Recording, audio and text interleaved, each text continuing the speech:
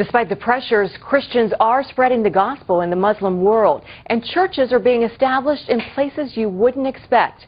Chris Mitchell has this story from Jericho. For some of those baptized in the Jordan, it was a once-in-a-lifetime experience. I mean, there's so many people around the world praying that want to come to Jerusalem and then be able to go to a place like this, the Jordan crossing, where people in a lifetime never get here, but God's allowed me to come, so I thank the Lord for that blessing.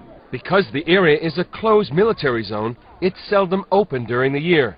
What makes this place unique is its history. This area marks the modern-day border between Israel and Jordan, and it also is the area where some of the most significant events in the Bible took place. The site is where Joshua brought all of Israel across on dry ground. All of Israel stepped her foot here in this eastern gateway and doorway to the Promised Land. This is where Jesus Christ was baptized, heaven opened, the voice of the Father came and said, "This is my Son in whom I'm well pleased." Karen Dunham organized the baptism service and worship celebration. The celebration marked an outgrowth of her ministry, one of a kind in the Middle East. A few years ago, Dunham established a church in the West Bank city of Jericho. We have a church sometimes that reaches 600, and what you'll see is just Muslims lifting their hands to the Lord. And they're not there because I went house to house and invited any of them. They're there because they've had a dream or a vision or a visitation from the Spirit of the Lord. And so they've come to find out about Jesus. Latifa is one of the people from Jericho who have had a dream about Jesus. The dream, when I sleeping, I see a man, her dress is white, and come to ask me, "What's your name?" I am afraid at first, but she told me, "Don't afraid, I am Jesus." Others have experienced miracles.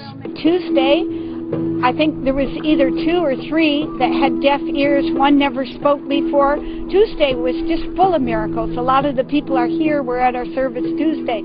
They were hearing, they were talking, I mean, they were moving. I've just seen the Lord move. Even we think sometimes that, you know, they have to be fasting and they have to be Christians to get healed.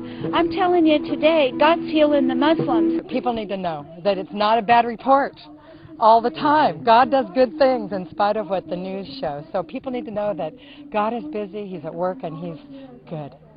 But establishing a church in Jericho was not easy for Dunham.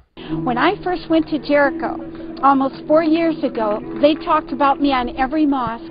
They wanted to execute me. They were giving us death threats by way of letters, me and my son, because we were handing out gospel tracts. Well, the governor of Jericho called me into his office. He said, "We had a meeting, and we feel if you want to give out Bibles and you want to give out those booklets, we don't consider it evangelism anymore. Go ahead, Karen." Dunham now tapes a television program out of Jericho. She says the best language to speak in these areas is the language of love. He says, "Give them the word. They'll hear you, Karen. The language is love. There's no reason why we can't reach out to those Arab nations. Reach out and show them with the arms of Jesus Christ how big and how great and how awesome God is." Chris Mitchell, CBN News, the Jordan